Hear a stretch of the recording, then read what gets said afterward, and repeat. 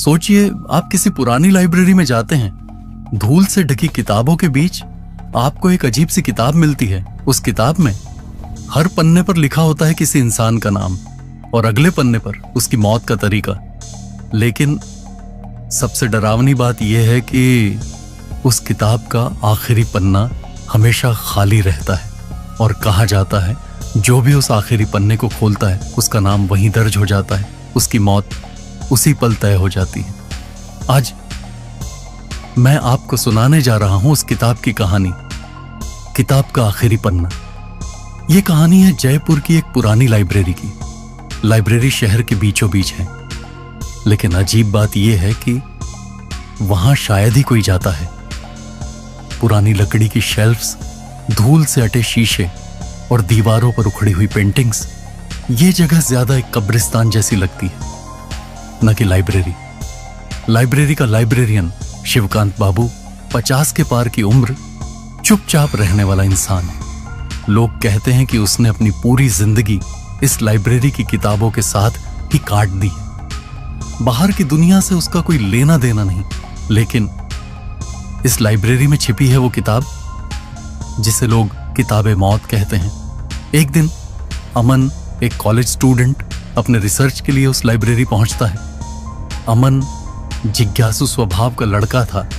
उसे रहस्यमयी चीजें पढ़ने और खोजने का शौक था। वो किताबों की शेल्फ्स के बीच खोजबीन कर रहा था। तभी उसे पीछे की ओर जाले से ढकी एक पुरानी अलमारी दिखी। जब उसने अलमारी खोली तो उसमें धूल से लिपटी काली चमड़े की जिल्द वाली वो किताब रखी थी। किताब पर कोई नाम नहीं था, बस सुनहरे अक्षरों में लिखा था द लास्ट पेज। अमन ने धीरे धीरे किताब खोली। पहला पन्ना, एक नाम लिखा था राघव मल्होत्रा और अगले पन्ने पर लिखा था रेलवे ट्रैक पर कटकर मौत। अमन के दिल की धड़कन तेज हो गई। उसने सोचा यह शायद किसी लेखक की अजीब सी कहानी है। लेकिन जब उसने गूगल पर नाम डालकर सर्च किया तो सच में राघव मल्होत्रा नाम के शख्स की ठीक वही मौत हुई थी 12 साल पहले। अमन को पसीना छूटने लगा, लेकिन जिज्ञासा ने उसे आगे पढ़ने पर मजबूर कर दिया। हर पन्ने पर किसी इंसान का नाम था और अगले पन्ने पर उसकी मौत का तरीका। सड़क हादसे, आग, डूबना, फांसी, सैकड़ों मौतें इस किताब में दर्ज थीं। और फिर जब अमन किताब पलटते पलटते आखिरी पन्ने पर पहुंचा तो वो पन्ना पूरी तरह खाली था।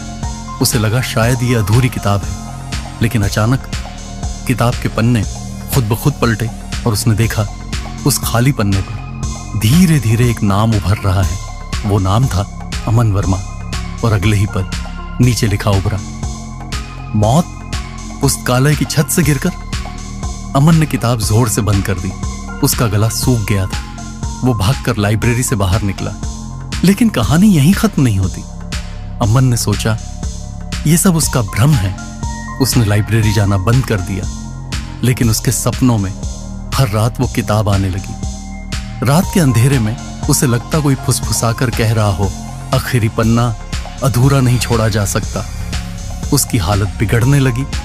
वो दोस्तों से मिलने जाना छोड़ चुका था। उसकी आंखों के नीचे काले घेरे पड़ गए थे। एक रात अचानक लाइब्रेरी की घंटी अपने आप बज उठी। अमन बुरी तरह घबरा गया, पर जैसे कोई अदृश्य ताकत उसे खींच रही हो, वो दोबारा उस लाइब्रेरी पहुंच गया। लाइब्रेरियन शिवकांत बाबू पहले से दरवाजे पर खड़े थे। उनकी आंखों में अजीब चमक थी। उन्होंने कहा, मैं तुम्हें रोकना चाहता था, लेकिन अब देर हो चुकी है। उस किताब को जिसने भी छुआ है उसका नाम आखिरी पन्ने पर दर्ज होना ही है। अमन चीख उठा, नहीं, यह सच नहीं हो सकता।